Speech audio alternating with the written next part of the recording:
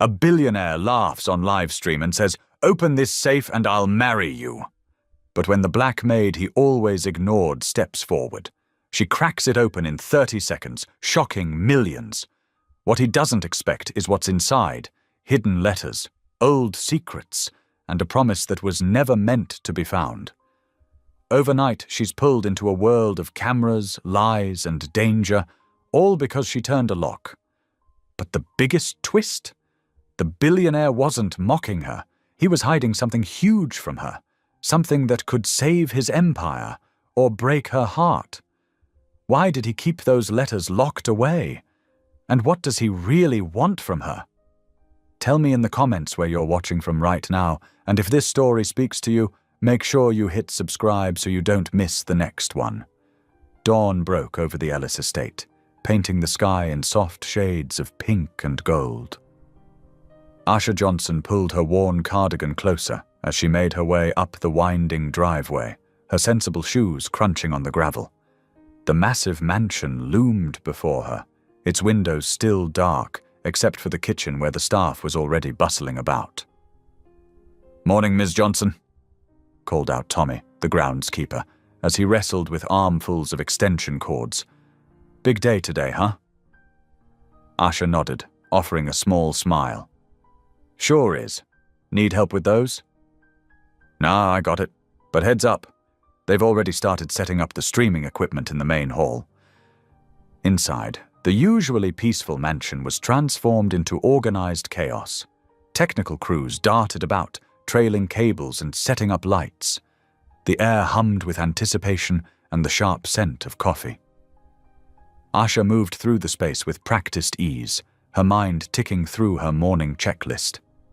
The main hall needed extra attention today. She worked methodically, dusting the antique furniture and adjusting the fresh flowers in their crystal vases. Everything had to be perfect for the live stream. Mr. Ellis's reputation depended on it. Speaking of Mr. Ellis, she heard his distinctive laugh echoing from the direction of his study. Rowan Ellis emerged, phone pressed to his ear, dressed impeccably in a charcoal suit that probably cost more than she made in 3 months. He caught her eye and mouthed, "Good morning," while continuing his conversation. Yes, the contract's all ready to go," he was saying, pacing the hallway. "This partnership will change everything for the foundation."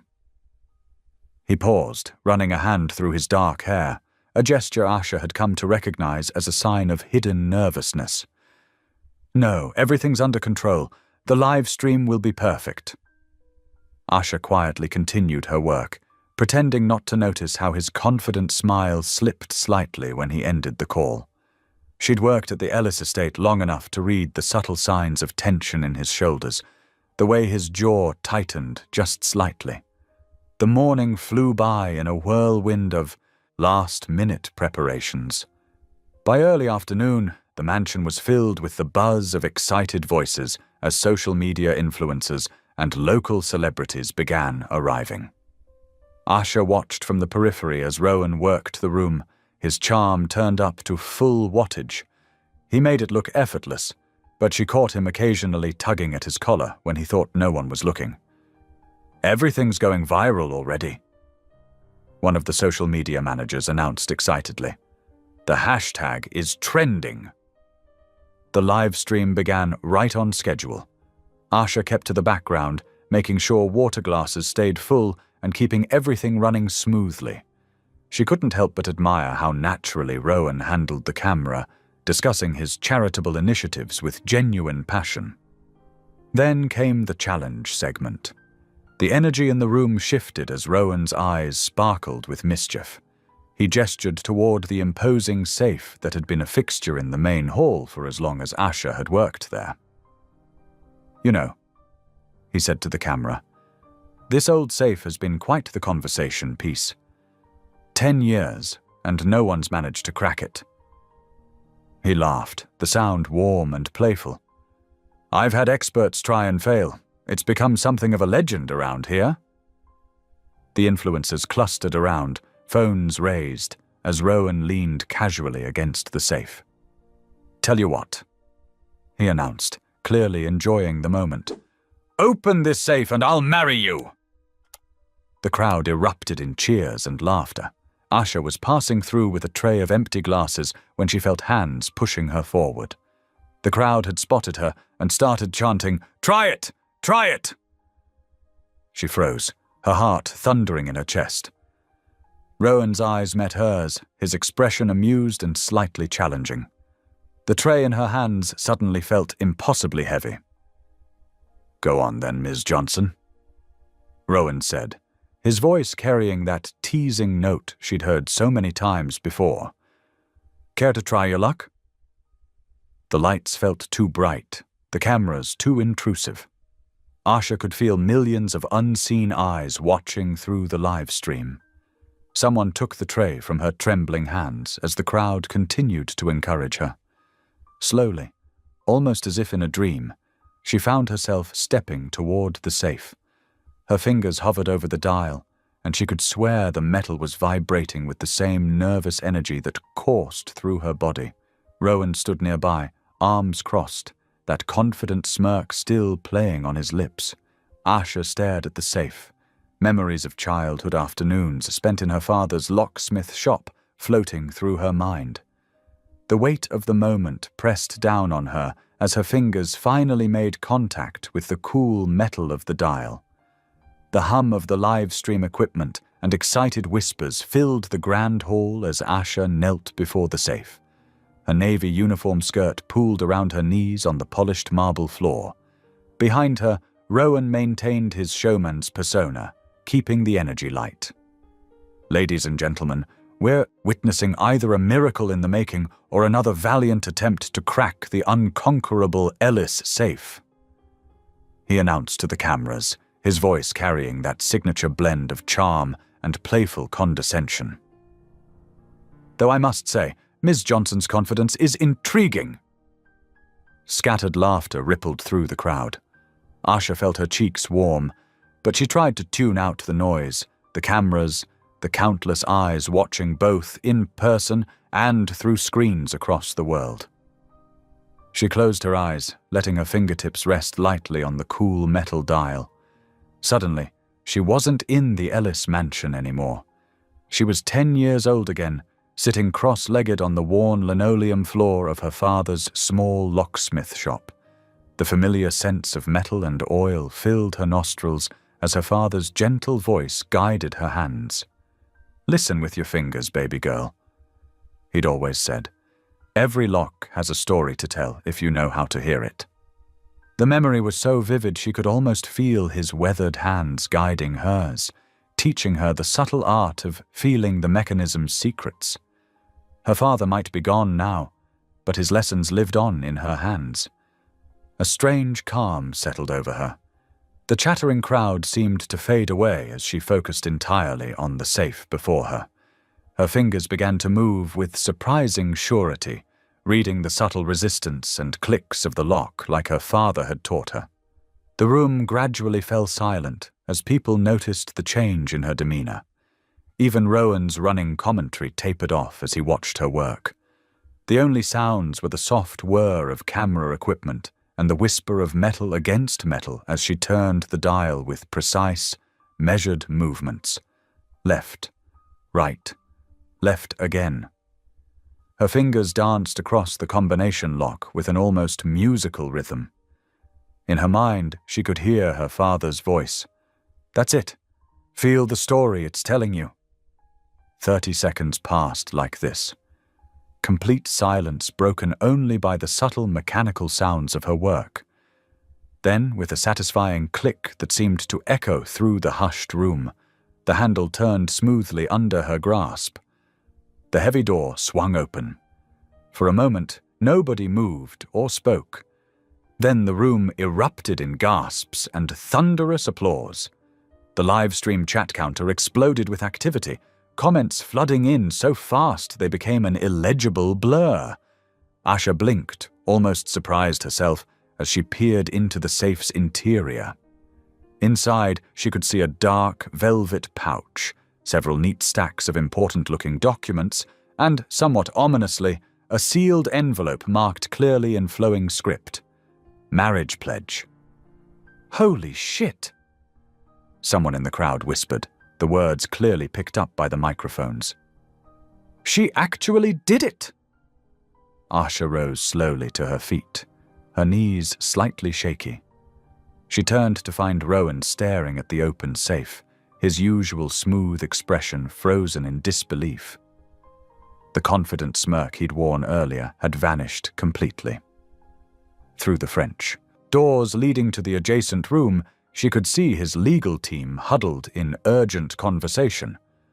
One of them, a sharp-featured woman in a severe grey suit, broke away from the group and hurried over to Rowan.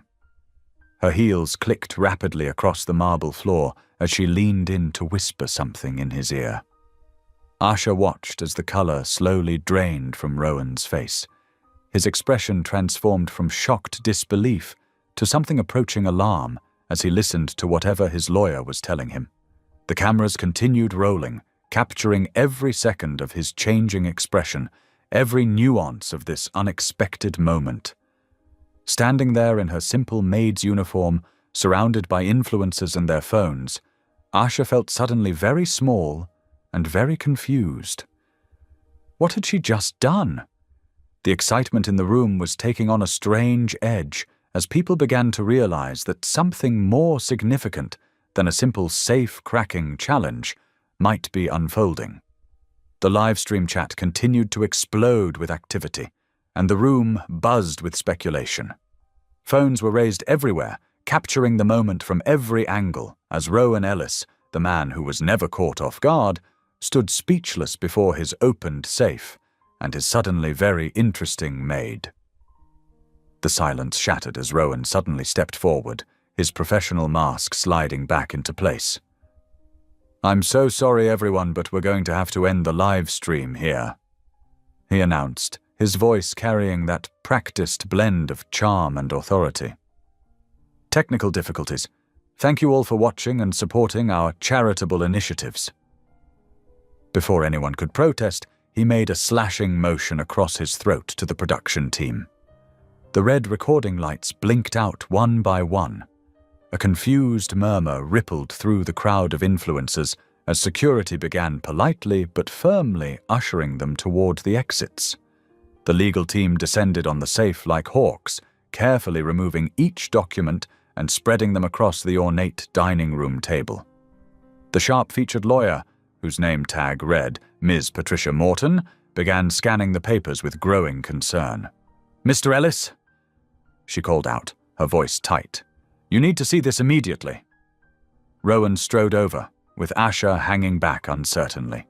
She wrung her hands in her apron, feeling responsible for whatever crisis was unfolding. "I'm so sorry, Mr. Ellis. I didn't mean to cause any trouble. I can just—" "No, Asha." Rowan cut in, his voice gentler than she'd expected. "You did nothing wrong. Please stay. This involves you now." Ms. Morton cleared her throat. "The situation is complicated. It appears Mr. Theodore Blackwood, the philanthropist behind the $200 million charitable partnership, added some rather unusual clauses to the contract." "Unusual how?" Rowan asked, frowning as he leaned over the documents. Mr. Blackwood was apparently quite concerned about corporate ethics and authentic leadership. Ms. Morton explained, pointing to specific paragraphs. He tied the entire partnership to what he calls proving a capacity for meaningful human connection and commitment. Asha's eyes widened as understanding dawned. "The marriage challenge?" she whispered. "Precisely." Ms. Morton confirmed. "By making that statement on a public live stream, then having someone successfully open the safe containing this contract, you've triggered what amounts to a legally binding public pledge." Rowan ran a hand through his perfectly styled hair, messing it up for the first time Asha could remember. "Take us somewhere private to review this properly," he ordered. Minutes later, they gathered in Rowan's wood-paneled study. Asha perched uncomfortably on the edge of a leather armchair while the lawyers spread the documents across his massive desk. "The terms are quite specific," Ms. Morton continued. To maintain the partnership, you must appear to be genuinely engaged in a committed relationship with the person who opened the safe, Miss Johnson, for a minimum of 6 months. This is ridiculous, Rowan muttered, pacing behind his desk. It can't possibly be legally binding. Unfortunately, sir, it is. Mr. Blackwood's legal team was very thorough. The contract has been reviewed by multiple firms. A sharp chime interrupted them as Rowan's computer screen lit up with incoming video calls from the board members. Their faces appeared in a grid, expressions ranging from concerned to furious. "Ellis, what the hell happened out there?" demanded one elderly board member, his jowls quivering with agitation. "The internet is already exploding with this story." "The situation is under control," Rowan assured them, though his clenched jaw suggested otherwise. "Under control?" Another board member scoffed. "Your little publicity stunt just turned into a potential catastrophe. Do you have any idea what losing this partnership would mean?" Ms. Morton stepped forward. "If we fail to fulfill the terms, not only would we lose the $200 million, but there's a penalty clause that would trigger a comprehensive audit of all Ellis Corporation's charitable initiatives over the past decade." The room fell deadly silent as the implications sank in.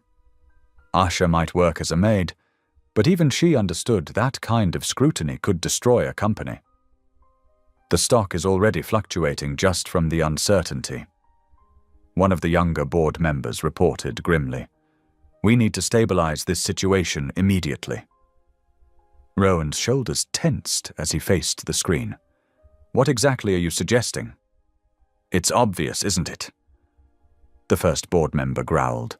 "You and the maid need to appear engaged. Make it convincing. Give the media their story. Keep it up for 6 months until the contract is secured." Asha felt the walls closing in. Her chest tightened as the magnitude of the situation overwhelmed her.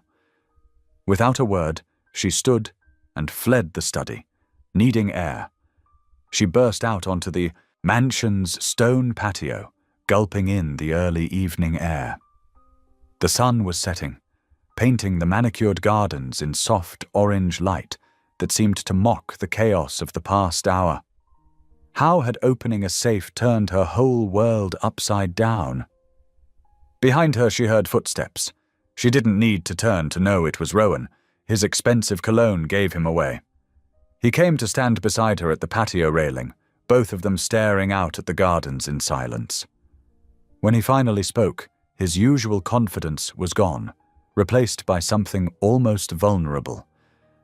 "Asha, he started, then stopped, seeming to struggle with the words. She'd never seen the famously articulate Rowan Ellis at a loss for what to say. She waited, her heart pounding, as he tried again to find the words to ask her to participate in what would be the biggest lie of her life. The sun had long since set behind the mansion's towering walls, leaving only the soft glow of landscape lighting to illuminate the manicured grounds.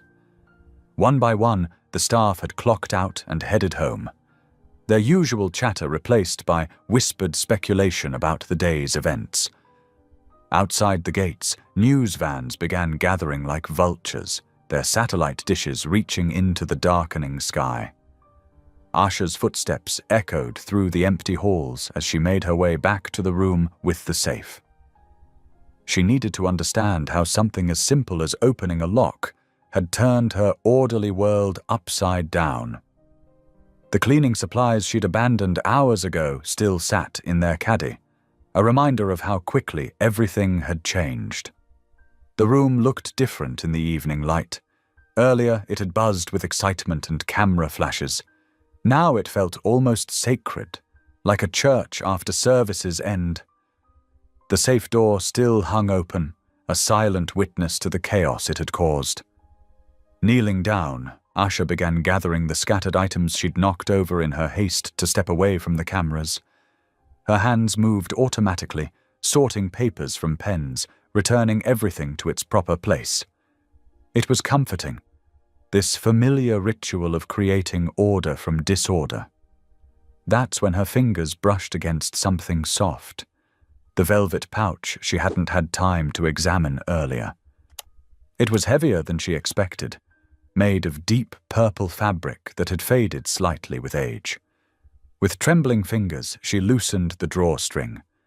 Letters spilled out into her lap, dozens of them, their pages yellowed at the edges. They were carefully folded, each one addressed simply to Asha. Her heart skipped a beat as she recognized the distinctive slant of Rowan's handwriting. She selected one dated 3 years ago and carefully unfolded it. Dear Asha, today you showed kindness to someone who didn't deserve it. That new client was rude, demanding, and openly racist, yet you maintained your dignity. You offered him water when he coughed, straightened his collar when it was askew, and wished him well as he left. I watched from my office and felt ashamed of my own instinct to put him in his place. Your grace under pressure humbles me. I wish I had your strength. Asha's vision blurred with tears as she reached for another letter, this one from 2 years ago. Dear Asha, I saw you in the garden this morning, singing to yourself while you arranged flowers for the dining room. The sun caught your face just so, and for a moment I forgot how to breathe. You have no idea how beautiful you are, do you? How your smile lights up every room you enter. I should tell you these things in person, but I'm a coward when it comes to matters of the heart. Those weren't meant for anyone to see. Rowan's voice startled her so badly she dropped the letters. He stood in the doorway, his usual polish gone. His tie hung loose around his neck, and his hair was mussed from running his hands through it too many times. You wrote these? Asha whispered, though she already knew the answer. All of them. He moved into the room slowly, as if approaching a wild animal that might bolt. Yes, over the past 5 years. Why? Because I'm better with written words than spoken ones.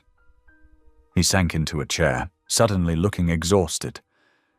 Because every time I thought about actually giving you one, I convinced myself it would be inappropriate, that you'd feel pressured because I'm your employer, that you couldn't possibly what? Feel the same way? He met her eyes then, and the vulnerability in his gaze made her heart ache.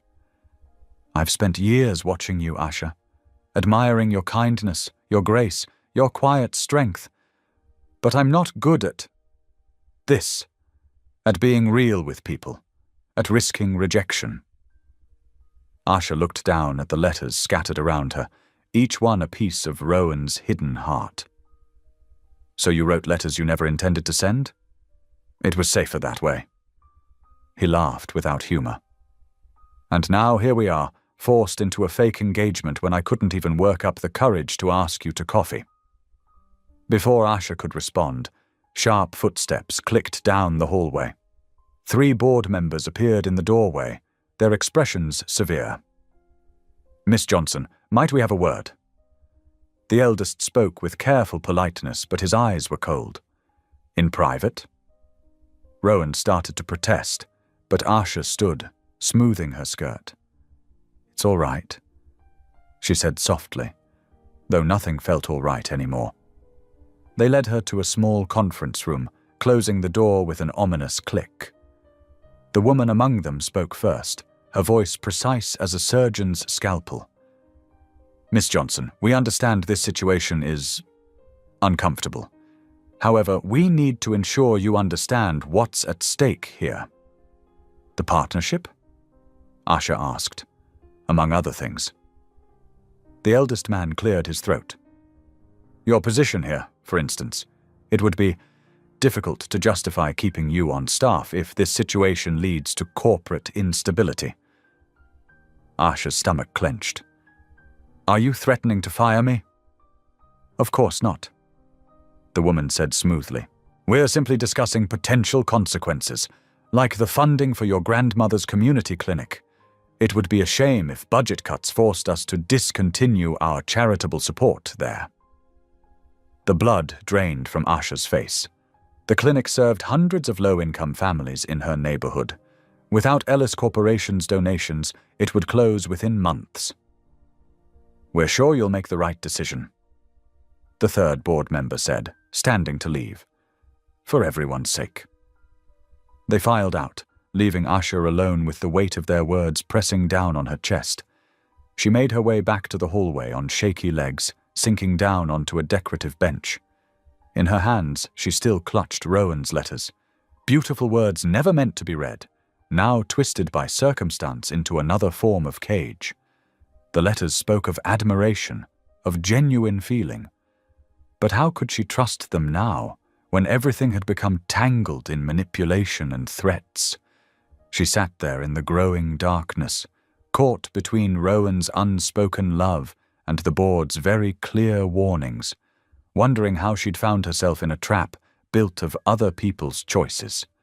Sunlight streamed through the breakfast room's tall windows, painting golden rectangles across the polished table.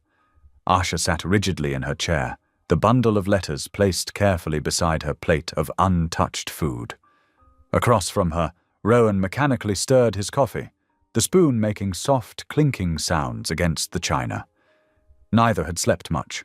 The shadows under their eyes told that story plainly enough. "I read them all," Asha said quietly, breaking the heavy silence.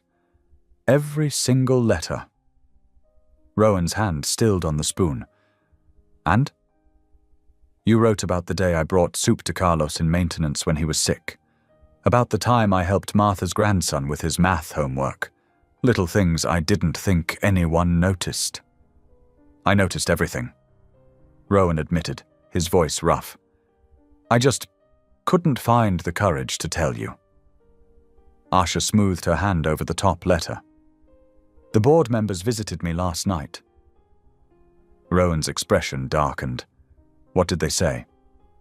"They made it clear what would happen if I refused. My job, the clinic funding." She swallowed hard. "But that's not why I'm here right now. I need to know, were these letters real? Or were they just pretty words you wrote to pass the time?" "Asha." Rowan pushed his coffee aside and leaned forward, his eyes intense. "Those letters are the most honest thing about me. I wrote them because I couldn't keep the words inside anymore, even if I was too afraid to share them. They existed long before this contract mess." She studied his face, searching for any hint of deception. "Then why didn't you ever say anything?" "Because I'm a coward," he said simply. "Because I told myself it would be inappropriate, that you'd feel pressured or uncomfortable. Because rejection from you would hurt more than any business deal falling through. And now? Now I hate that this situation is forcing your hand. I don't want you to agree because of threats or obligations, but I can't deny that part of me is selfishly grateful for any chance to be close to you, even if it's not real." Asha took a deep breath. "I'll do it." Rowan blinked. "You will?" "Yes, I'll pose as your fiancé for 6 months, but I have conditions." "Anything?" "Complete honesty between us. No more hiding feelings in unsent letters. If this is going to work, we need to trust each other." She met his gaze steadily. "And I need to know everything about your past. Why you never let anyone close, why you hide behind charm and perfect manners. I can't play this role convincingly if I don't understand the man I'm supposed to be in love with." Relief and something deeper flickered across Rowan's face. "You have my word. Total honesty from this moment forward." Within hours, the mansion transformed into a hive of activity. PR teams swarmed through the rooms, setting up for the press conference. Stylists whisked Asha away to dress her in a borrowed cream-colored silk dress that probably cost more than she made in 3 months. They styled her hair, applied subtle makeup, and gave her a crash course in handling media attention. By noon, Asha stood beside Rowan on the mansion's front steps, facing a sea of cameras and reporters. He held her hand as he made the announcement, his thumb brushing soothingly across her knuckles when he felt her trembling. Yesterday's live stream challenge led to an unexpected but wonderful development. Rowan told the crowd, his public persona firmly in place. When Asha opened that safe, she didn't just crack a lock, she opened my heart as well. While the circumstances may seem unusual, they simply accelerated what was already growing between us. The reporters shouted questions rapid fire. Miss Johnson, how does it feel to go from maid to future Mrs. Ellis? Mr. Ellis, what does your board think of this engagement?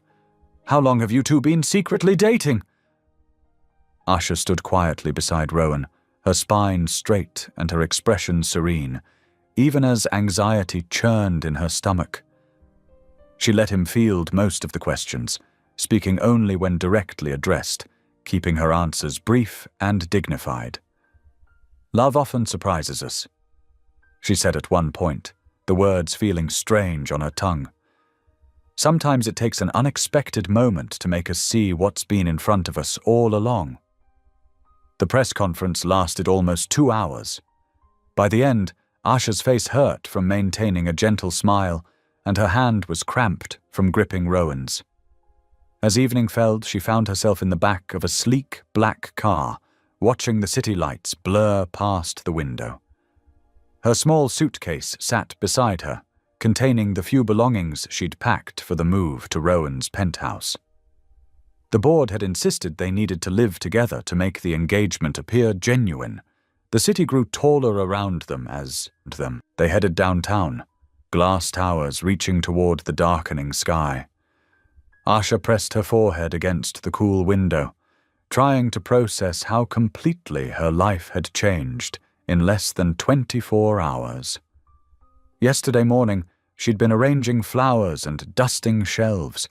Now she wore a borrowed designer dress and a hastily purchased engagement ring, preparing to live with a man who'd written her love letters for years, but never spoken a word of his feelings aloud. The car glided through traffic, carrying her toward her new temporary life. In her lap, she still clutched one of Rowan's letters, a reminder that somewhere in this tangle of publicity and pretense, something real might be trying to bloom. The car pulled up to a towering glass building in the heart of downtown, its sleek facade stretching toward the night sky. Asha stepped out, clutching her small suitcase as she gazed upward, trying to count the floors before they disappeared into darkness. A woman in her 50s with salt and pepper hair and kind eyes approached. Miss Johnson, I'm Mrs. Martinez, Mr. Ellis's house manager. Welcome to your new home. The lobby gleamed with marble and gold accents. Their footsteps echoed as they crossed to a private elevator that opened with a soft chime. Mrs. Martinez pressed her thumb to a biometric scanner, then selected the penthouse button. You'll need to be registered in the security system tomorrow, she explained as they ascended. For now, just call me if you need access. The elevator opened directly into the penthouse foyer. Asha's breath caught at the sight. Floor-to-ceiling windows showcased the glittering city below. Modern artwork adorned the walls, and plush carpets softened their steps. Let me show you around, Mrs. Martinez said warmly. The main living area is through here. Living room, dining room, and kitchen. Mr. Ellis rarely cooks, but the kitchen is fully stocked. Down this hall are the bedrooms. She opened doors as they walked, revealing spaces that seemed to belong in a magazine. This is Mr. Ellis's office. Private, of course. Here's the library, the home gym, and the media room.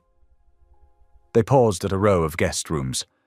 These are all available. Each has its own bathroom and walk-in closet. The sound of the elevator announcing another arrival interrupted them. Rowan stepped out, looking tired but managing a smile. Getting settled in? Mr. Ellis insisted you take this room, Mrs. Martinez said, opening the door closest to the master suite. He thought you might feel more comfortable. The room was larger than Asha's entire apartment, decorated in soft blues and creams. A window seat offered a stunning view of the city, and double doors opened onto a private balcony. Is this okay? Rowan asked quietly. We can change anything you don't like. It's beautiful, Asha managed. Thank you. Mrs. Martinez helped her unpack her few belongings. which looked painfully out of place in the luxurious surroundings. After ensuring Asha had everything she needed, the house manager bid them good night. "Try to get some rest," Rowan said. "Tomorrow will be intense." He wasn't wrong. Morning came too quickly, bringing with it a whirlwind of activity. Rowan knocked on her door at 7 o'clock, already dressed in an impeccable suit. "Ready for media training?" he asked, handing her a cup of coffee made exactly how she liked it, something he must have noticed during her years working at the mansion. The day began with a team of image consultants who analyzed everything from her posture to her speaking patterns. They taught her how to handle invasive questions, when to smile for cameras, and how to deflect personal inquiries gracefully. "Remember," the lead consultant said, "you're not just Asha Johnson anymore. You're the future Mrs. Ellis. Everything you do reflects on the company." Next came the wardrobe consultants, armed with racks of designer clothing and strong opinions about what a billionaire's fiancé should wear. Asha stood patiently as they discussed her color palette and signature style. Throughout it all, Rowan stayed close, stepping in whenever he sensed her discomfort. When one consultant made a dismissive comment about her current wardrobe, Rowan's voice turned sharp. "Miss Johnson's taste is impeccable. We're here to add options, not criticize." During lunch, they escaped to a quiet corner of the penthouse's balcony. Asha picked at her salad while Rowan settled into a chair beside her. "You're handling all this amazingly well," he said softly. "It's overwhelming," she admitted. "Yesterday I was invisible. Today everyone's watching my every move." "I know the feeling." Rowan stared out at the city. "When my mother died, I suddenly went from being the awkward kid she barely acknowledged to the heir of a fortune. Everyone wanted something from me." Asha set down her fork. "You never talk about your mother.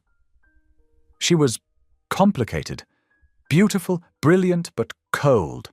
She treated everything like a business transaction, including relationships." His fingers tightened around his water glass. "The only time she showed real emotion was when she was angry about some failure of mine. I learned early that caring too much was dangerous." "Is that why you never gave me the letters?" "Partly." He met her eyes. "I convinced myself you deserved better than someone so broken, that keeping my distance was kinder than risking hurt for both of us." The afternoon brought more meetings. Legal teams reviewing public statements, PR specialists outlining their relationship timeline, security experts explaining new protocols. By evening, Asha's head was spinning with all the new information. Finally alone in her room, she pulled out the stack of letters she'd brought from the mansion. The paper was soft from age, the ink slightly faded. She opened one dated 3 years ago. "Dear Asha, today you left flowers on Mrs. Harrison's desk because you overheard her, saying she was sad. Such a small gesture, but it made her entire day. You probably think no one noticed, but I did. I always notice how you spread kindness like others spread gossip." She ran her fingers over the words, wondering how many moments like this he had captured in secret. The letters showed a depth of feeling that contradicted his careful distance, a warmth at odds with his guarded manner. Sitting in the window seat, surrounded by luxury she was struggling to accept as temporary reality, Asha read letter after letter. Each one revealed another layer of the man who had watched her from afar for so long. But could she trust these written confessions? Or were they just beautiful words from someone who had admitted that real emotion terrified him? The city lights sparkled below as she held the latest letter to her chest, torn between hope and doubt, between the sincerity she felt in his written words and the fear that this was all just another business transaction for him, exactly what his mother had taught him love should be. The morning sun streamed through the floor-to-ceiling windows of the penthouse as Asha smoothed down her new designer dress. The pale blue fabric felt foreign against her skin. Beautiful, but strange, like everything else in her new life. "You look perfect," Rowan said, appearing in the doorway. He wore a charcoal suit that probably cost more than she used to make in 6 months. "Ready for your first society event?" "As ready as I'll ever be," Asha replied, fidgeting with the diamond bracelet the stylists had insisted she wear. The charity luncheon was being held at the Crystal Room, one of the city's most exclusive venues. As their car pulled up to the entrance, photographers crowded the red carpet. Rowan squeezed her hand. "Just smile and keep walking. I'll be right beside you." Inside, the ballroom sparkled with crystal chandeliers and elaborate flower arrangements. Wealthy donors in designer clothes milled about, sipping champagne and discussing their latest vacations. Asha felt eyes following her every move as Rowan led her through the crowd. "Rowan, darling." A woman in her 50s approached, dripping in jewelry. "We're all simply dying to meet your unexpected fiancé." The pause before unexpected was slight but deliberate. Asha forced herself to maintain her smile as the woman looked her up and down. "Mrs. Whitmore," Rowan said smoothly. "This is Asha Johnson, my fiancé. Asha Margaret Whitmore chairs our hospital board." "How interesting," Mrs. Whitmore said. "And what did you say your background was, dear?" "I worked at the Ellis estate," Asha replied honestly. "Oh yes, as the help. How very Cinderella of you." Mrs. Whitmore's laugh was sharp. "Though I suppose some men do have a weakness for the exotic." Rowan's posture stiffened. "Actually, Margaret, Asha's intelligence and integrity are what drew me to her. Unlike some, she doesn't need to rely on casual racism or classist remarks to make herself feel important." The room seemed to freeze. Mrs. Whitmore's face flushed red. "Now, if you'll excuse us," Rowan continued, his voice carrying clearly.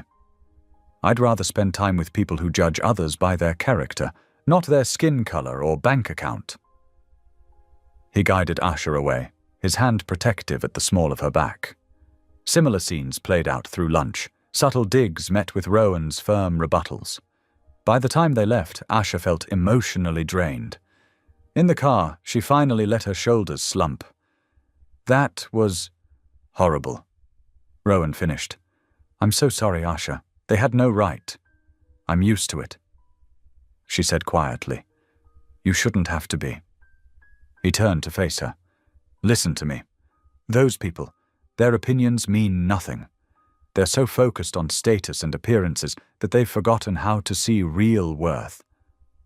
Tears pricked at her eyes. "Thank you for defending me." "Always," he said simply. Back at the penthouse that evening, they both changed into comfortable clothes. Rowan ordered dinner from Asha's favorite Thai restaurant, and they sat at the kitchen island rather than the formal dining room. "Tell me about your grandmother," Rowan said as they ate. "I've met her at the clinic, but I'd love to know more." Asha's face softened. "She raised me after my parents died.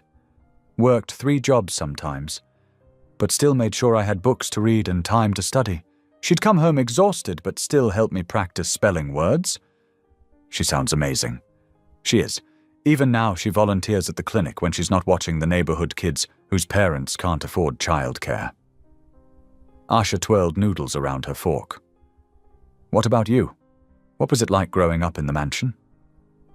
Rowan was quiet for a moment. "Empty. Lots of rooms, not much warmth. My mother was always at some event or meeting. The staff raised me, really. I used to pretend the portraits on the walls were talking to me, just to feel less alone." "That sounds lonely." "It was. I spent a lot of time in the library, reading about other people's adventures since I wasn't allowed to have my own." He gave a slight smile. "My mother would have hated how unpolished those society ladies were today. She believed in cruelty with perfect manners."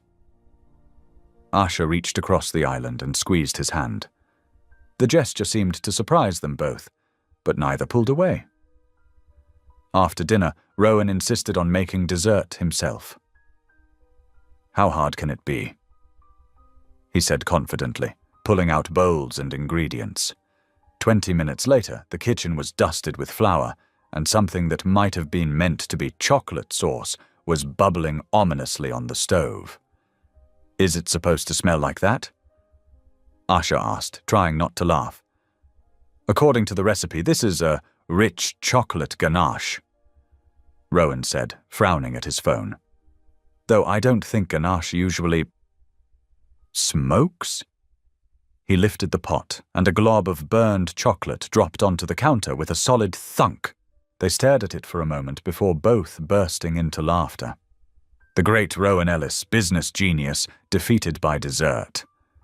Asha teased. "In my defense, running a billion-dollar company is easier than baking." He protested, still laughing. "The company came with instructions." Asha grabbed a dish towel and started wiping flour off his face. "Here's your instruction. Step away from the stove before you burn down this very expensive penthouse." Their laughter filled the kitchen, genuine and warm, easing the tension of the difficult day. For a moment, they weren't a billionaire and his fake fiancée. They were just two people, covered in flour, finding joy in a shared moment. Rowan looked at the disaster around them and grinned. "Ice cream delivery?" "Ice cream delivery," Asha agreed. "And maybe cooking lessons should be your next business investment. Only if you promise to be there to witness my future kitchen failures." "Deal," she said, and their smiles held no trace of pretense. The early morning sun painted golden streaks across the penthouse's marble floors as Asha padded quietly toward the dining room. Sleep had been elusive, her mind too full of the previous day's events and growing feelings she wasn't ready to examine. She paused in the doorway, surprised to find Rowan already there.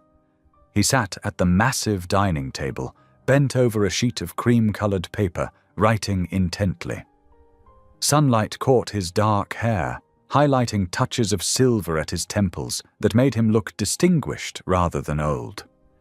His usual perfectly pressed suit was absent. Instead, he wore a soft grey sweater that made him seem more approachable, more human. When he noticed her presence, Rowan startled, hastily trying to cover the paper with his arm.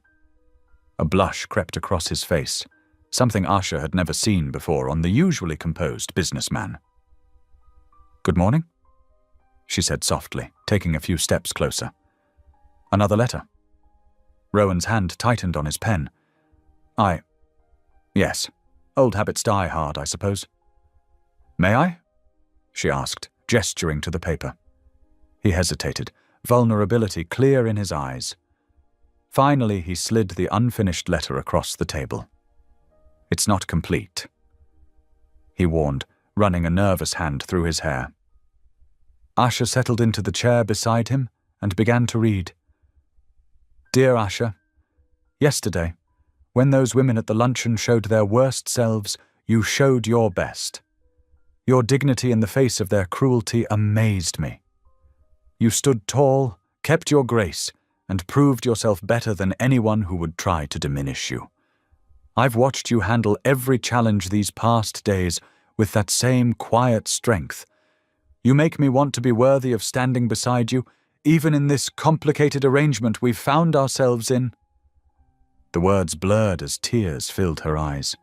She blinked them away, touched by the raw honesty in his writing. "Rowan, You don't have to say anything," he said quickly. I want you to know that my admiration for you isn't just for show. It's real. It always has been." A gentle quiet fell between them, broken only by the distant sounds of the awakening city below. Their eyes met, and something electric passed between them before they both looked away. The moment was interrupted by Rowan's phone buzzing. "The first interview is in an hour," he said, checking the screen. Are you ready for this? Asha nodded, though her stomach fluttered with nerves, as I'll ever be. The day unfolded in a whirlwind of cameras and questions. They sat together on plush couches in various studios, fielding questions about their romance. Rowan kept his hand on the small of her back, his touch warm and steadying. When asked how they fell in love, he spoke about her kindness to others, her quiet intelligence, her dignity, all things he'd written about in his letters. The sincerity in his voice made even Asha almost believe their story was real. Between interviews, they caught glimpses of themselves on newsstands and tabloid websites. Billionaire's Cinderella, from maid to fiancé, screamed one headline. Rowan Ellis's shocking romance, declared another. The photos showed them together at various events, and Asha had to admit they looked natural together, like they fit.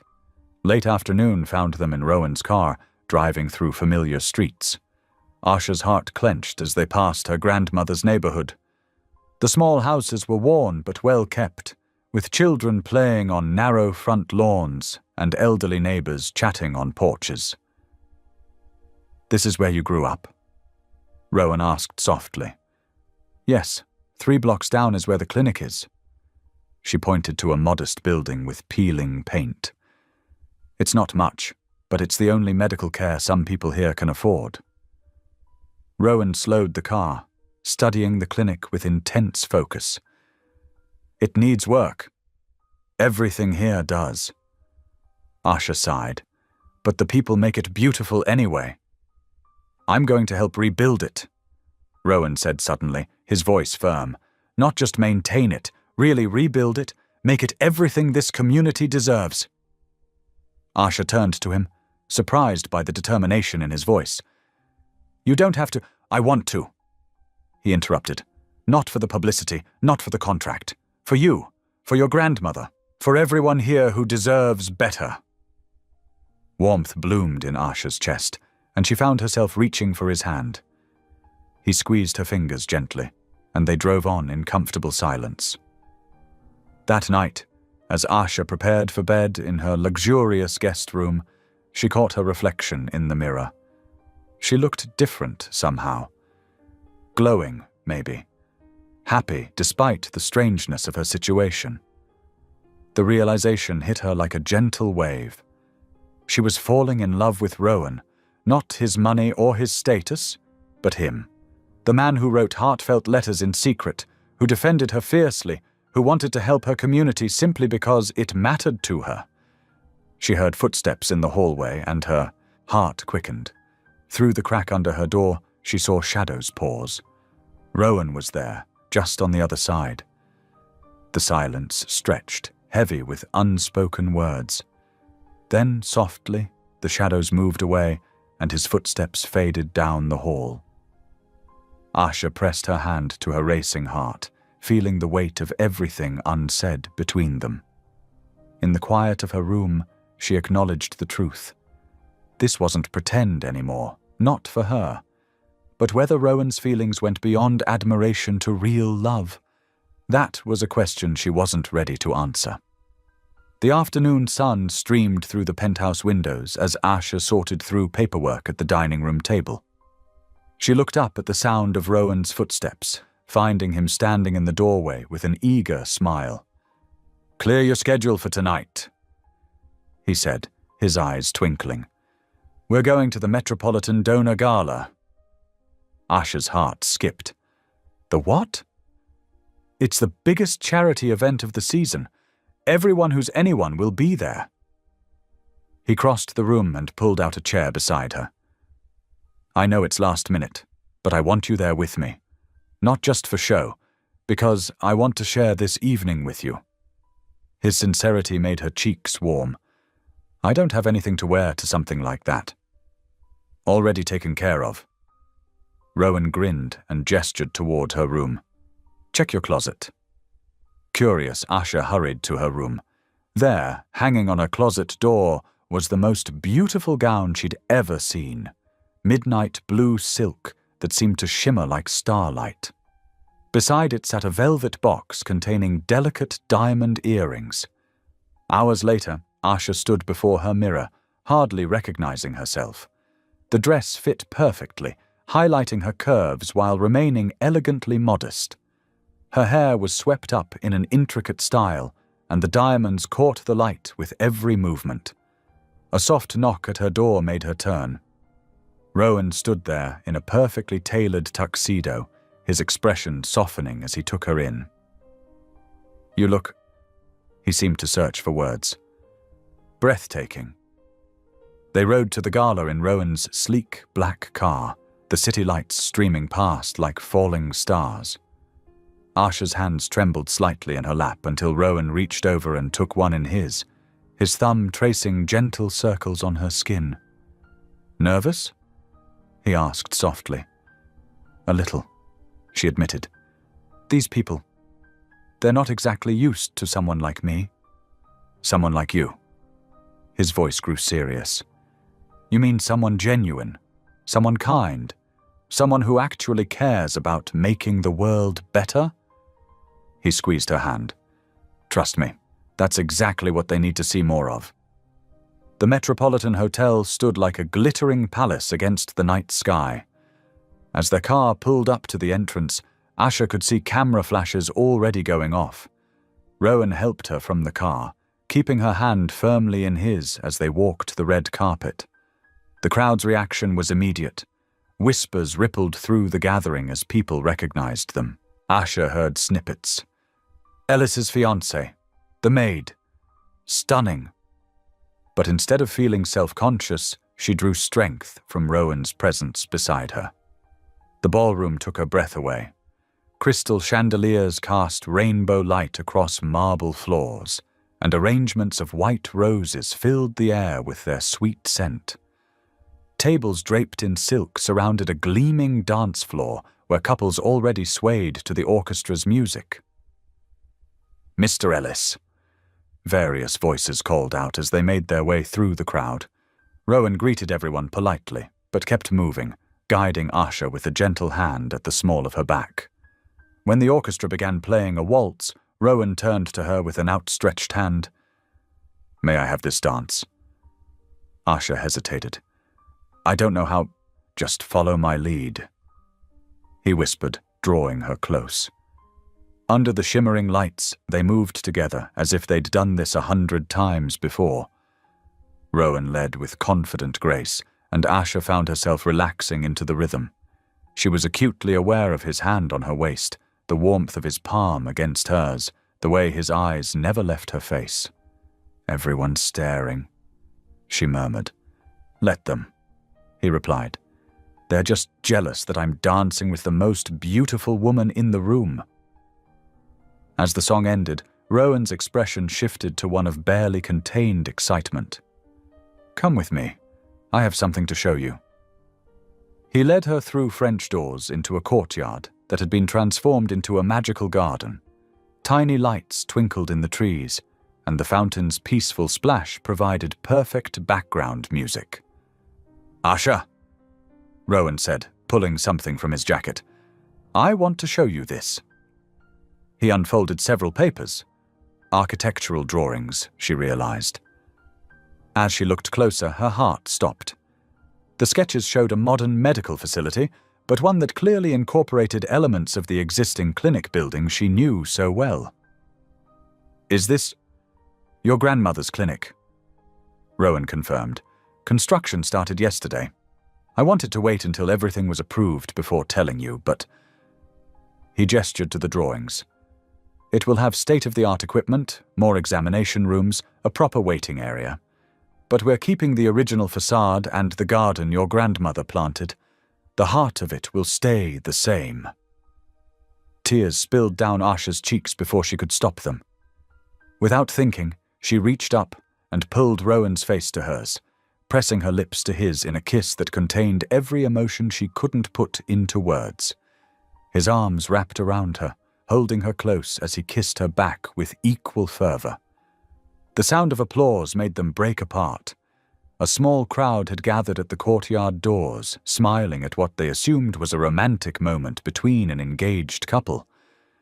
But Asha knew this kiss had been real, completely wonderfully real. The drive home was filled with warm silence, broken only by the soft sound of their breathing and the quiet purr of the engine.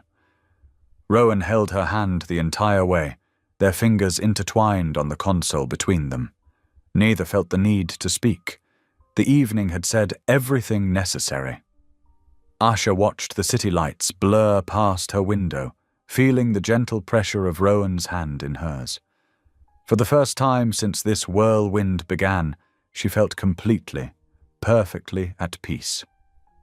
Whatever came next, this moment, this night, had been real. Sunlight streamed through the penthouse windows as Asha slowly woke to an unfamiliar but delicious aroma. She blinked sleepily, her mind still filled with memories from the previous night's gala. The dancing, the kiss, the warmth of Rowan's hand in hers during the drive home. The smell grew stronger, drawing her from her bed. She pulled on her robe and followed the scent to the kitchen, where she found an unexpected sight. Rowan Ellis, Billionaire CEO, wearing an apron and carefully flipping pancakes at the stove. "Good morning," he said, turning to flash her that heart-melting smile.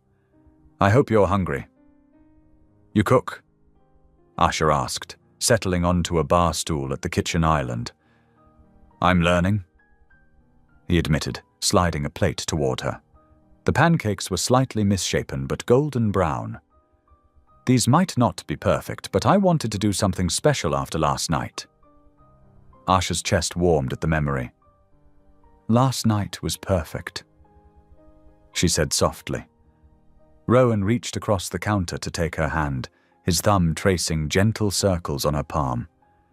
For a moment, everything felt right in the world. The morning sun, the smell of breakfast, the tenderness in Rowan's eyes. The peaceful bubble burst as rapid footsteps approached. Sarah, Rowan's assistant, burst into the kitchen, her face pale and worried. She clutched a tablet in her hands. "Mr. Ellis, we have a situation," she said, her voice tight. "It just broke 20 minutes ago."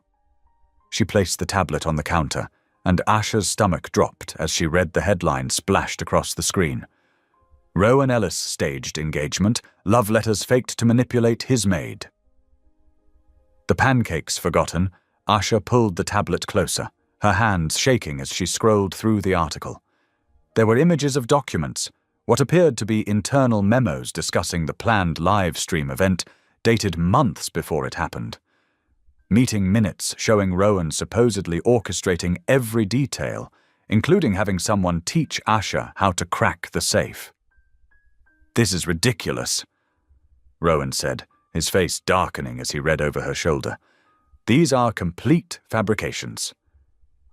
But Asha couldn't stop reading. The article included testimonies from supposed inside sources claiming Rowan had hired people to write the love letters, creating a paper trail of false affection. That he'd chosen her specifically because she was vulnerable, a maid who wouldn't question such an opportunity, who would be grateful enough to play along. "Asha," Rowan said urgently, reaching for her hand. "None of this is true. You know me. You've read the real letters." She pulled away from his touch, her mind spinning. "Do I know you?" she whispered. "Do I really?" "Yes." The desperation in his voice made her flinch. "Everything I've shared with you has been real. The letters, the clinic, last night, all of it." Sarah cleared her throat. "I'll start working on a statement," she said, backing out of the kitchen. "And I'll call legal." But Asha barely heard her. She was thinking about how perfectly everything had fallen into place.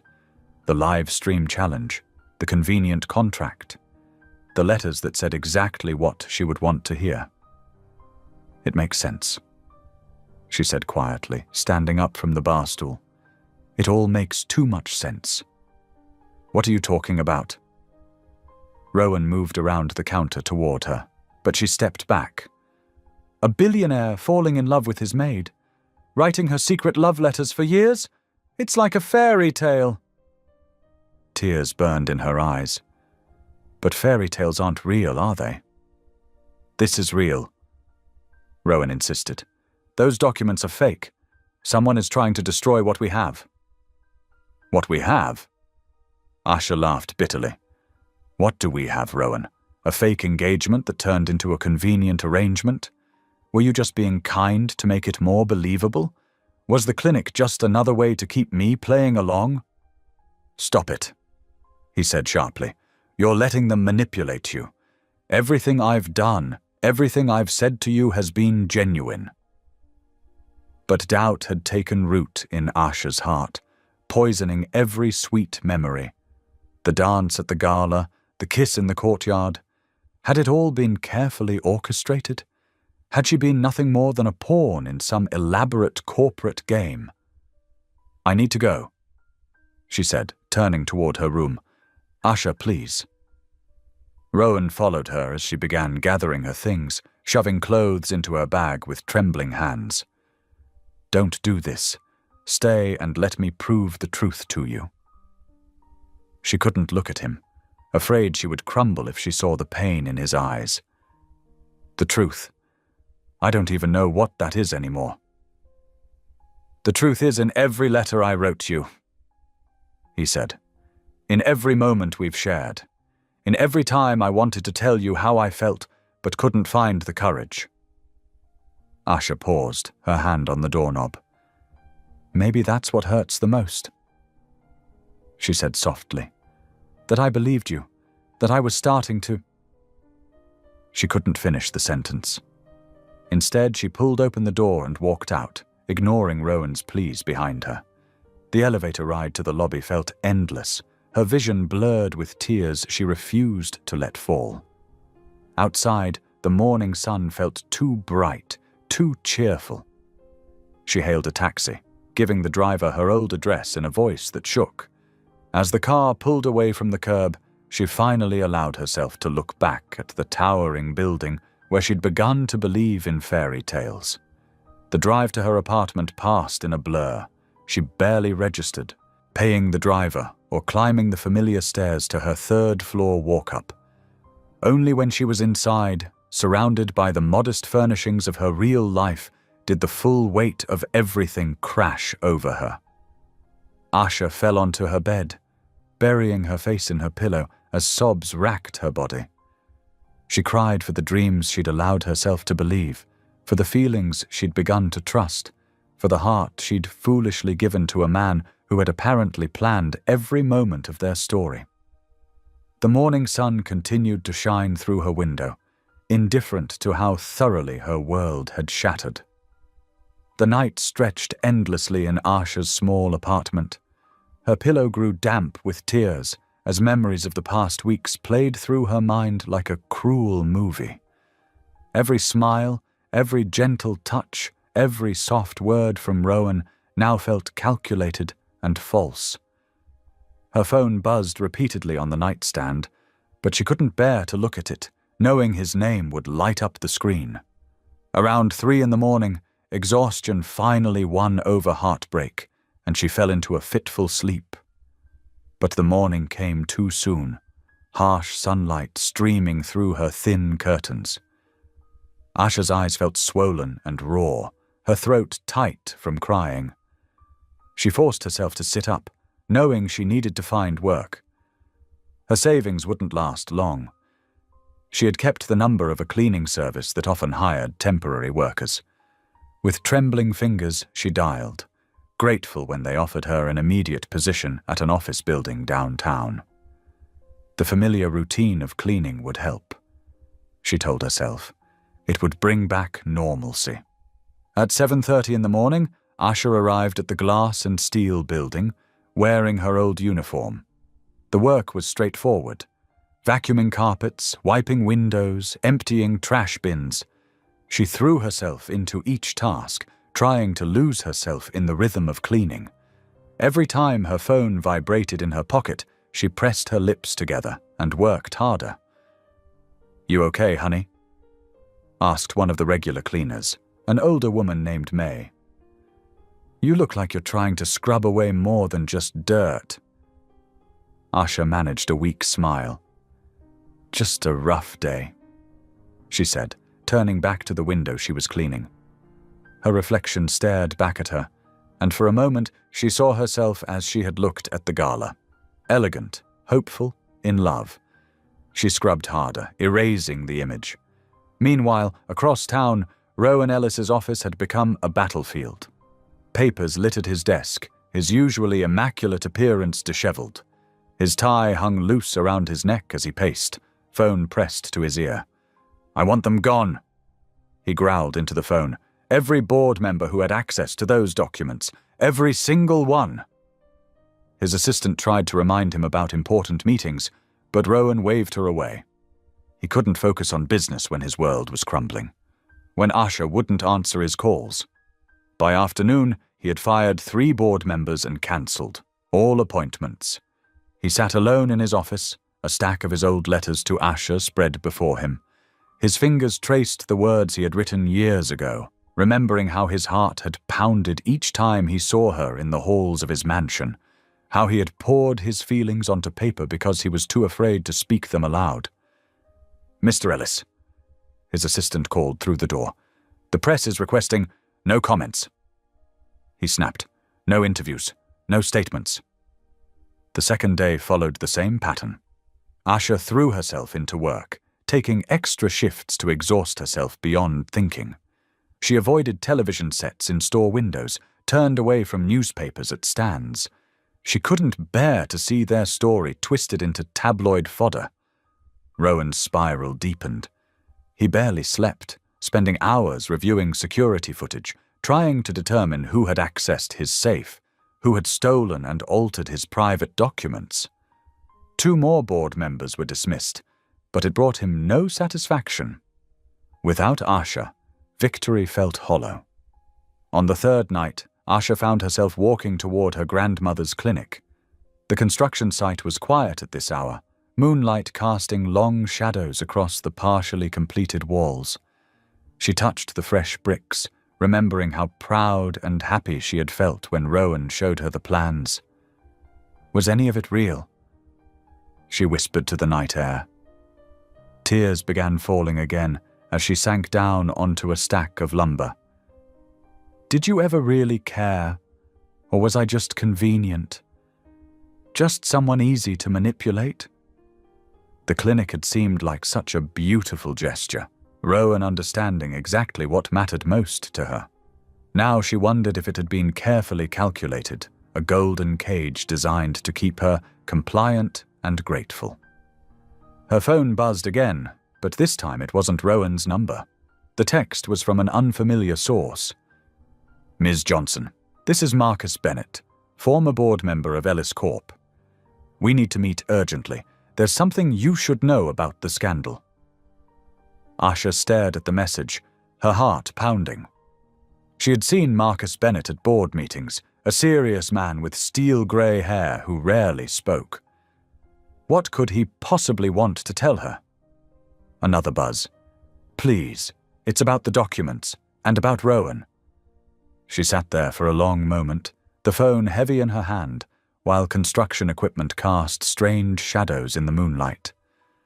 Everything in her wanted to delete the message, to keep running from the pain.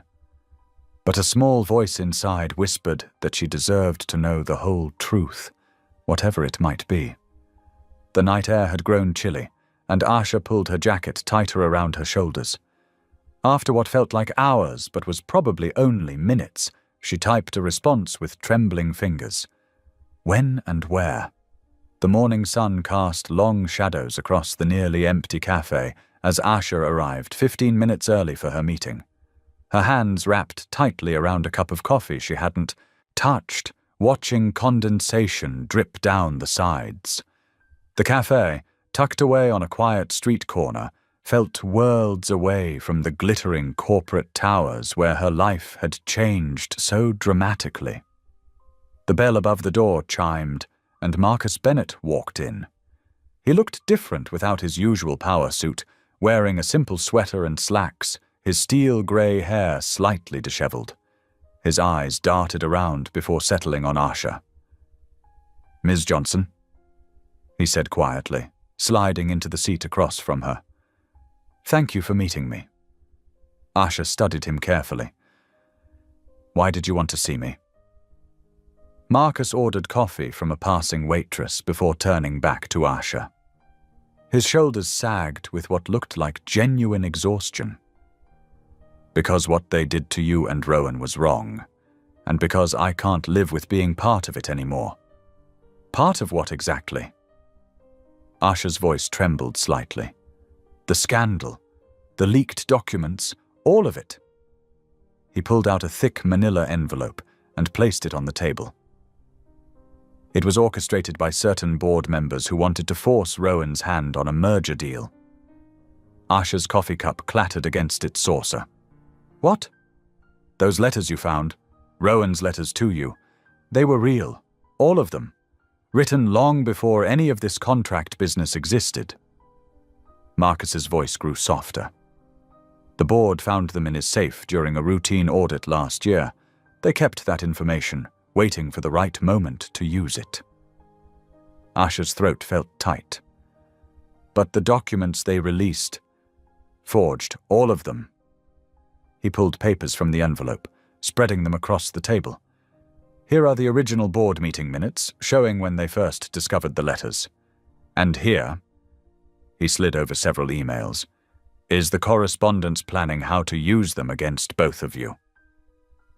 Asha's hands shook as she read through the evidence. Emails between board members discussing how to neutralize the maid situation.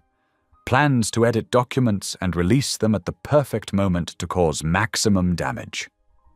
Her eyes filled with tears as she saw how carefully they had plotted to destroy her relationship with Rowan. But why? She whispered. Why go to all this trouble? Marcus sighed heavily. Rowan has been blocking a merger that would make the board members millions but cost thousands of employees their jobs. They thought if they could break him, break both of you, he'd be more compliant. And the timing of the scandal? Perfect, from their perspective. Right when you were both happiest, most vulnerable. He looked genuinely ashamed. I'm sorry, Ms. Johnson. I watched it happen and said nothing. Asha sat back, trying to process everything. How do I know you're telling the truth now? Marcus pulled out his phone, playing a recording. Board members' voices filled the quiet cafe, discussing their plan in detail. Asha recognized several of them from meetings she had attended with Rowan. I kept evidence, Marcus said, stopping the recording. I told myself it was for protection, but really, I just couldn't stomach what we were doing to two people who genuinely cared for each other. Tears rolled down Asha's cheeks as the full truth sank in. Rowan's letters had been real. His feelings had been real. She had doubted him, walked away from him, while he had been fighting these people alone. What happens now?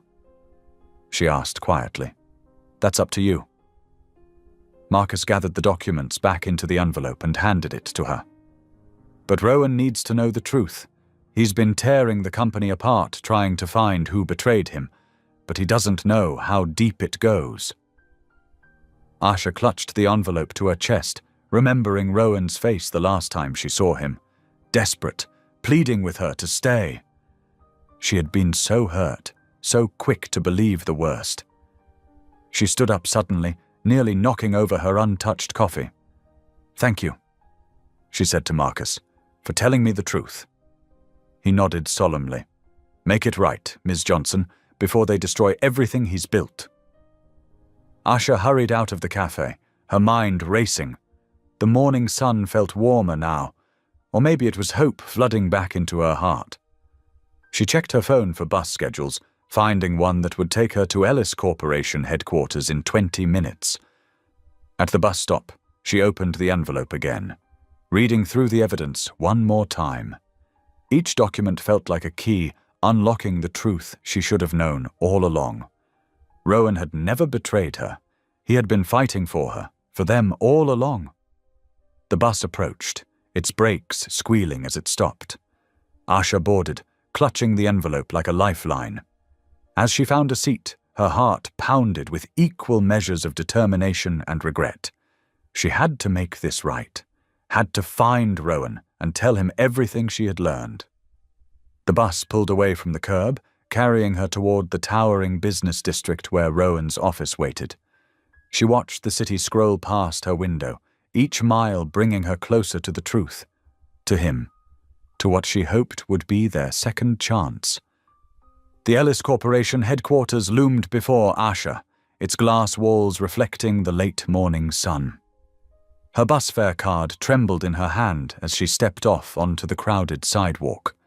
Security guards at the entrance gave her questioning looks, but one recognized her face from recent news coverage and waved her through with a respectful nod.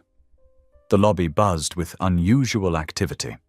Shareholders in expensive suits hurried toward the main auditorium, their voices echoing off marble floors. A large screen displayed "Annual Shareholder Meeting in Progress" in bold letters. Asha's heart pounded as she followed the crowd. Through the auditorium's double doors, she could hear raised voices. One she recognized as Rowan's, strained with tension she had never heard before.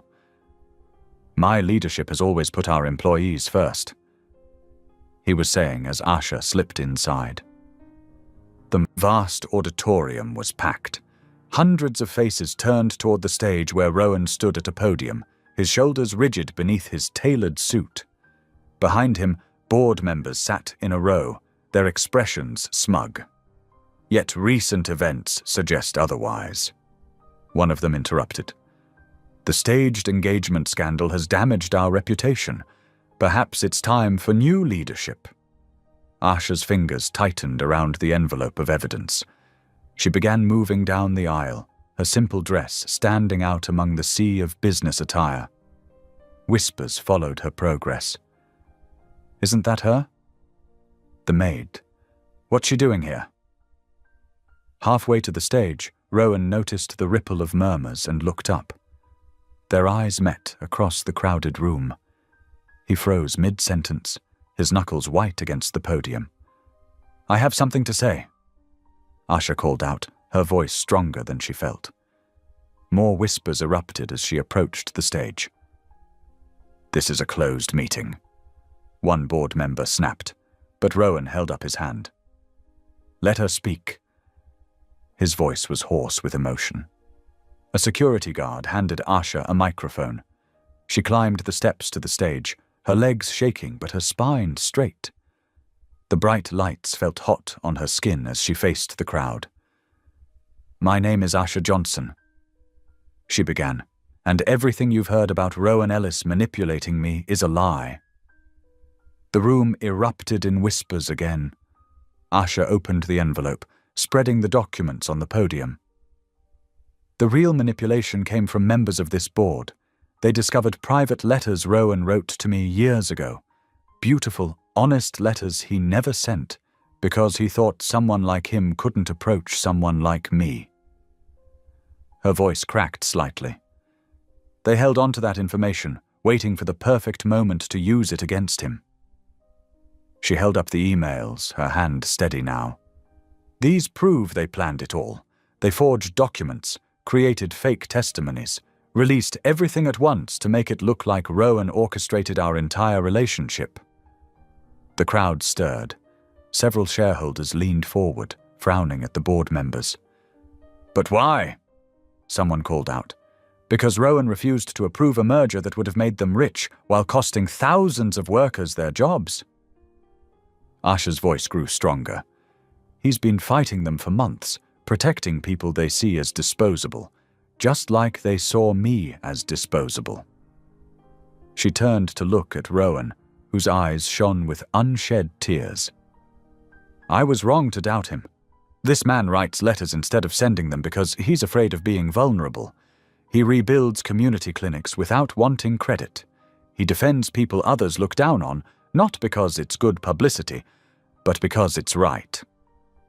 Reaching into her pocket, Asha pulled out one of Rowan's old letters. "This is from 2 years ago. He wrote about watching me help an elderly security guard who had fallen, how my kindness moved him." She looked directly at the board members. You can't fake that kind of detail, that kind of heart, and you can't lead a company without it. The auditorium had grown completely silent. Asha could hear her own heartbeat as she continued. I'm not here because I'm angry about what you did to me. I'm here because a good man is being punished for his integrity, for caring about more than money, for seeing people, all people, as worthy of respect. Shareholders began standing, turning to face the board members with hard expressions. One prominent investor stepped forward.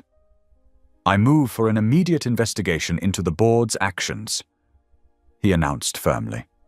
Others quickly seconded the motion. The board members' smug expressions crumbled. One tried to speak, but was drowned out by calls for security. Guards appeared at both ends of the stage. These documents will be examined by our legal team, the lead investor said, collecting the evidence from Asha. 2 security guards began escorting the protesting board members toward a side exit. The room buzzed with activity, but Asha barely noticed. She was watching Rowan, who had not moved from his spot near the podium. He took one step toward her, then another, his usual confidence replaced by something raw and vulnerable. Asha, he said, his voice breaking on her name. The heavy boardroom doors closed behind them with a soft click, muffling the chaos of reporters and shareholders still buzzing inside.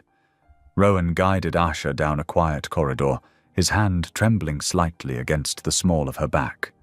The afternoon sunlight streamed through tall windows, casting long shadows across the marble floor. They reached a secluded alcove, far enough from the commotion that their breathing seemed loud in the stillness. Rowan turned to face her, his usual polished demeanor cracking like thin ice. I'm so sorry, Asha, he whispered, running a hand through his disheveled hair. I should have been stronger, should have protected you better. His voice caught. When they started threatening you, I thought I could handle it quietly. I thought if I just managed things behind the scenes.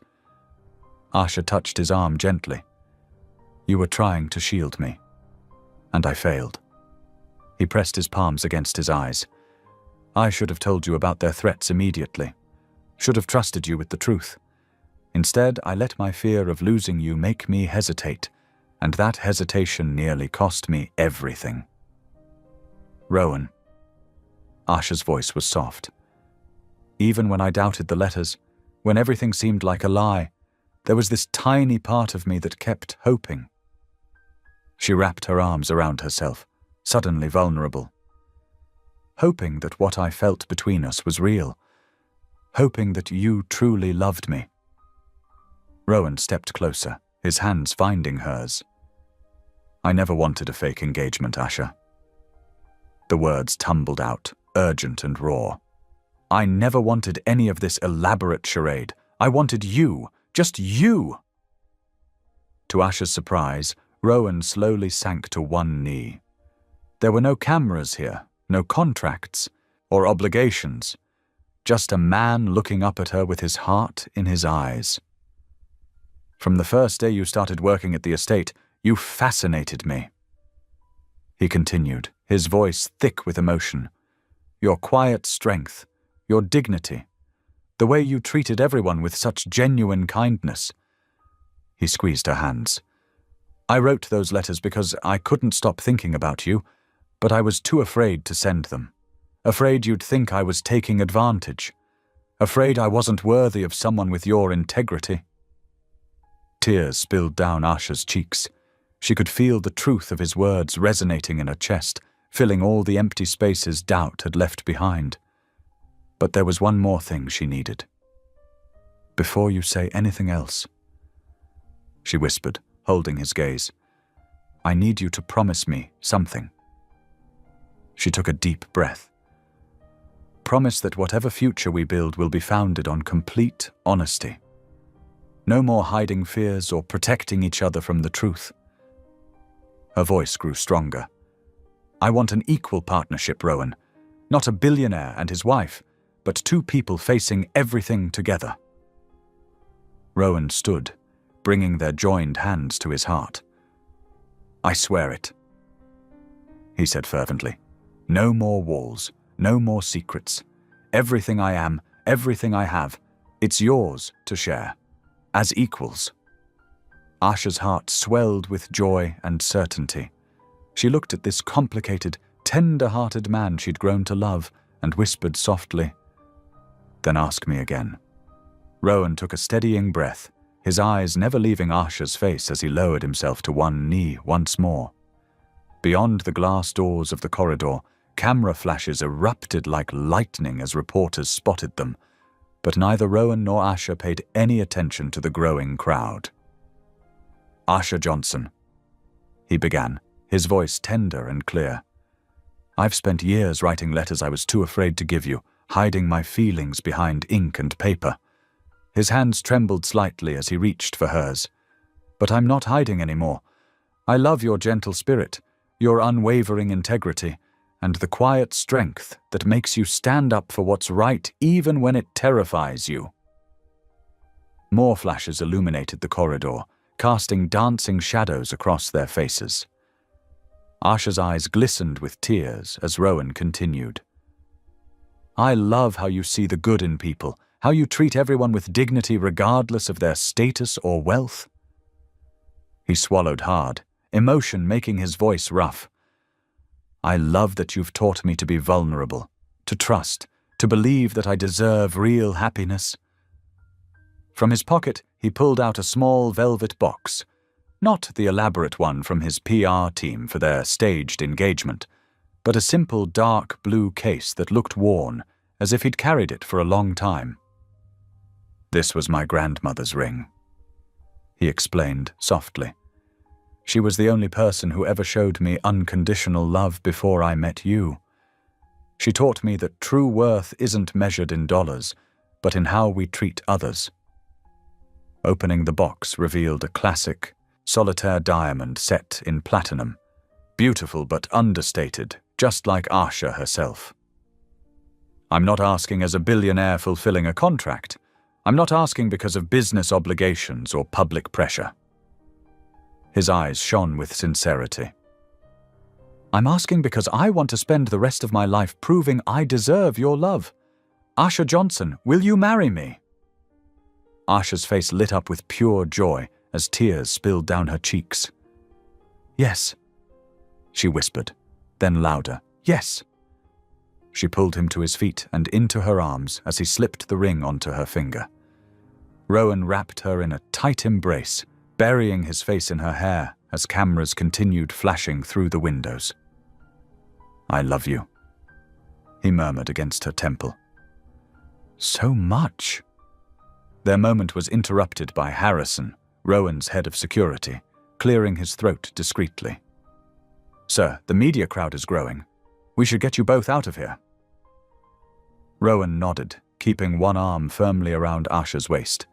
"Is the back exit clear?" "Yes, sir. Cars waiting." Harrison and his team created a protective barrier around them as they made their way through service corridors and down to the parking garage. Away from the cameras and chaos, Asha leaned against Rowan in the back seat of his car, admiring how the ring caught the light. "It's perfect," she said softly. "Simple but beautiful." Rowan kissed her temple. "Like you. My grandmother would have adored you." The drive to the penthouse was peaceful, their fingers intertwined as they watched the city scroll past. When they arrived, Rowan led Asha straight to the kitchen. "First order of business as your real fiancé," he announced with a grin, "is making you dinner." Asha laughed. "Are you sure that's wise? Remember the dessert incident? Hey, those cookies were only slightly burned." He pulled her close, swaying with her playfully. "Besides, I've been practicing. Had to prove I could take care of my future wife properly." They spent the next hour cooking together, or rather, Asha gently corrected Rowan's enthusiastic but clumsy attempts while they talked about everything and nothing. Their hopes, their fears, their dreams for the future. No masks, no pretense, just honest conversation between two people in love. "I want to expand the clinic project," Rowan said as they sat down to eat. "Not just rebuilding your grandmother's facility, but creating a whole network of community health centers." Asha's eyes lit up. "Really?" He nodded. "You've shown me how much need there is in underserved neighborhoods. I want to make a real difference, not for publicity or tax write-offs, but because it's right." "We could create educational programs too," Asha suggested excitedly. "Job training, literacy classes." "We?" Rowan's smile was tender. "Well, yes." She straightened in her chair. "You promised an equal partnership, remember? I may not know much about running a corporation, but I know my community's needs." "You're absolutely right." He reached across the table to squeeze her hand. "Partners in everything." After dinner, they curled up together on the living room sofa, the city lights twinkling beyond the floor-to-ceiling windows. Asha rested her head on Rowan's chest, listening to his steady heartbeat. "What are you thinking about?"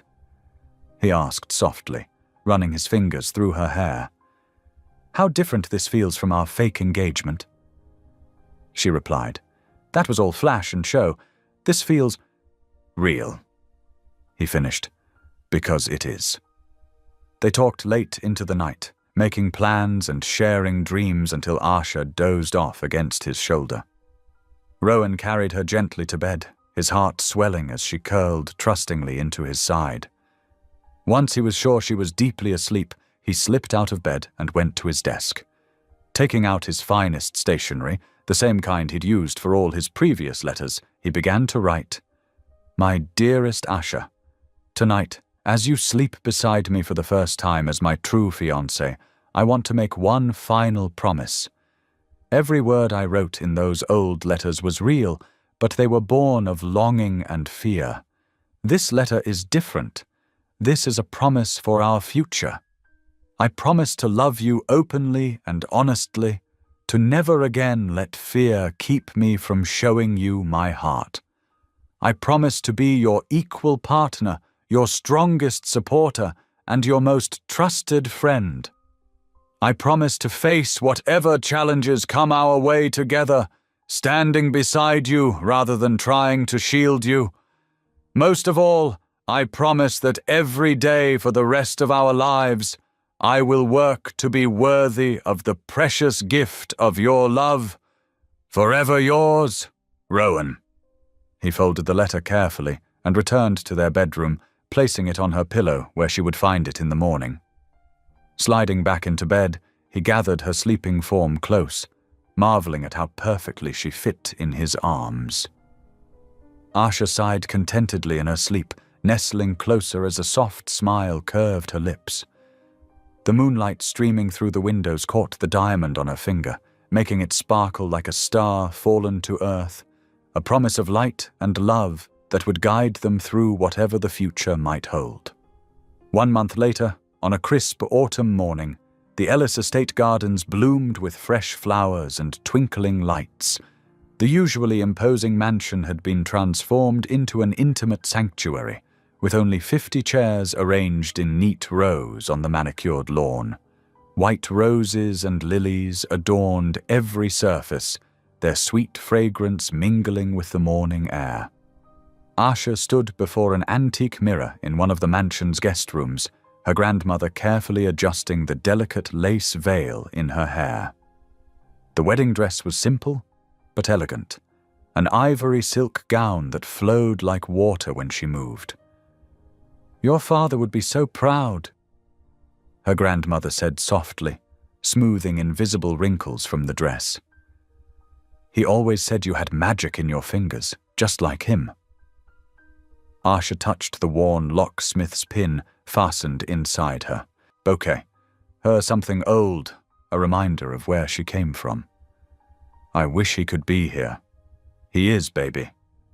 Her grandmother patted her cheek. "He's right here in your heart."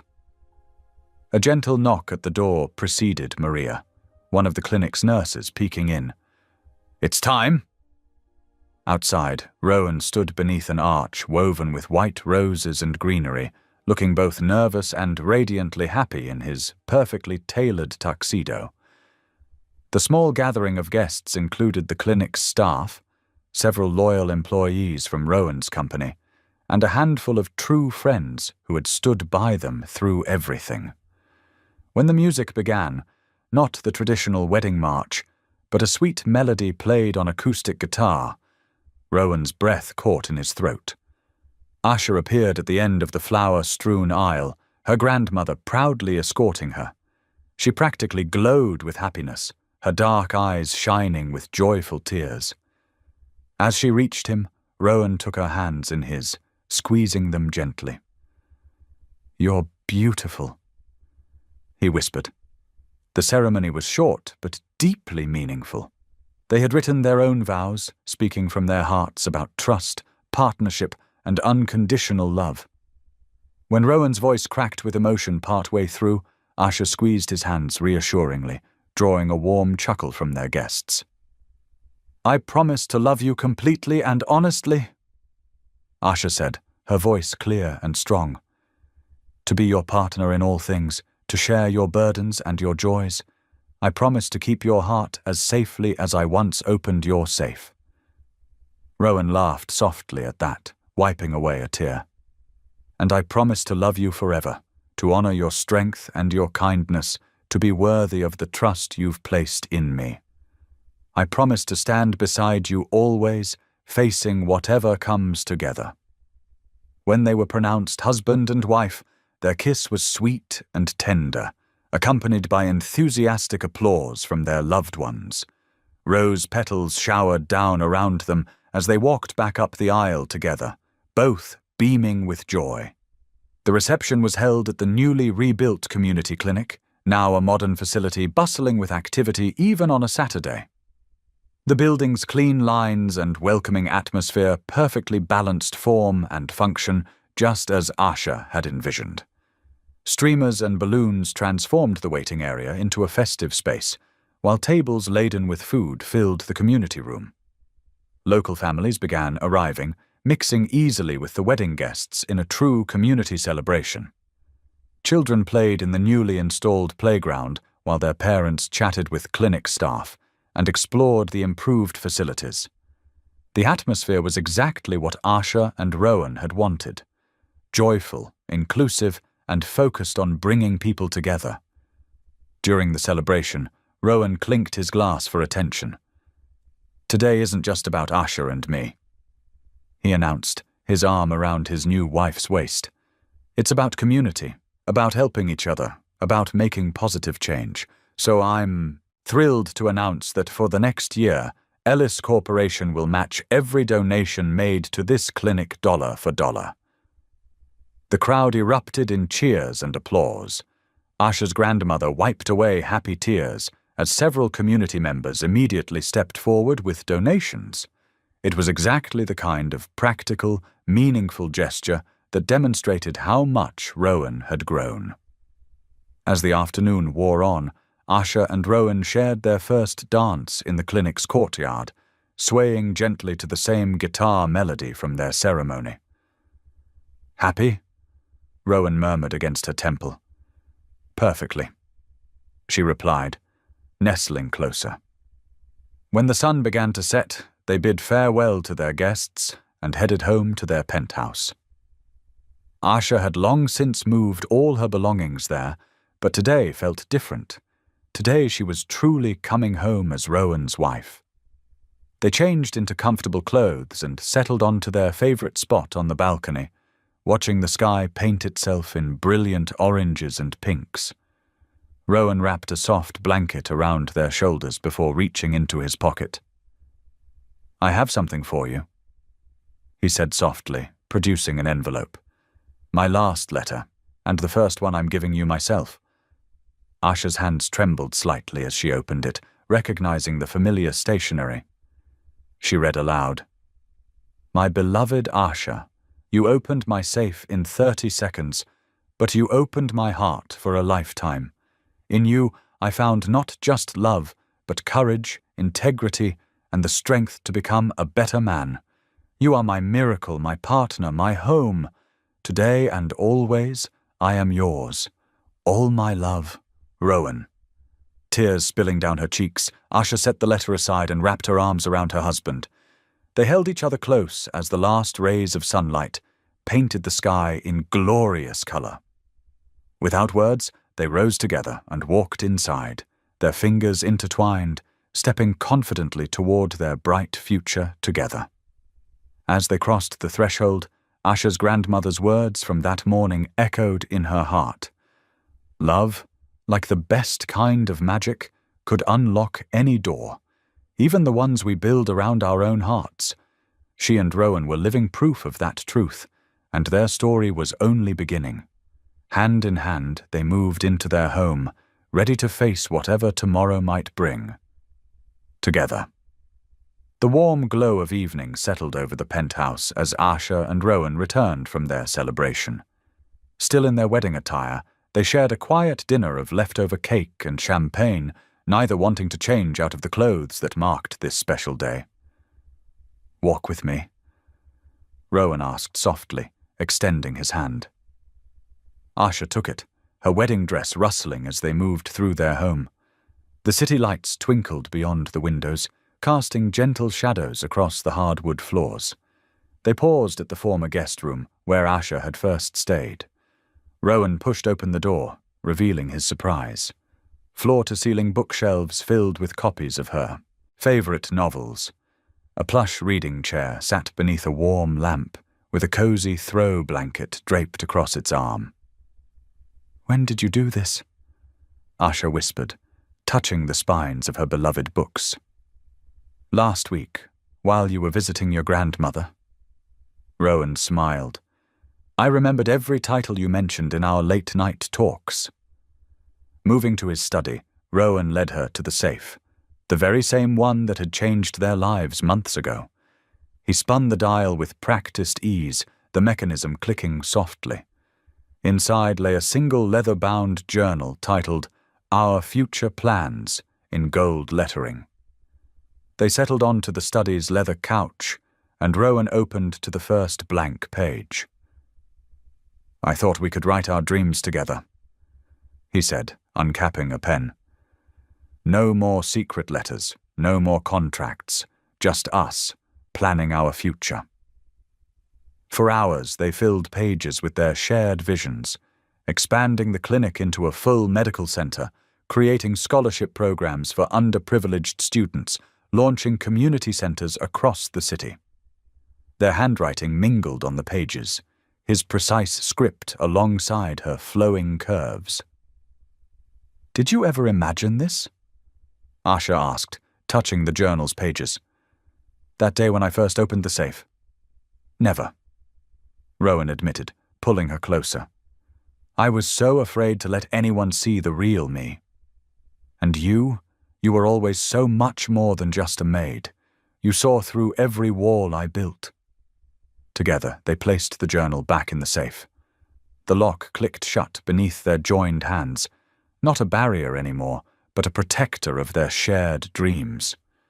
Fingers intertwined, they walked toward their bedroom, ready to begin writing their story together.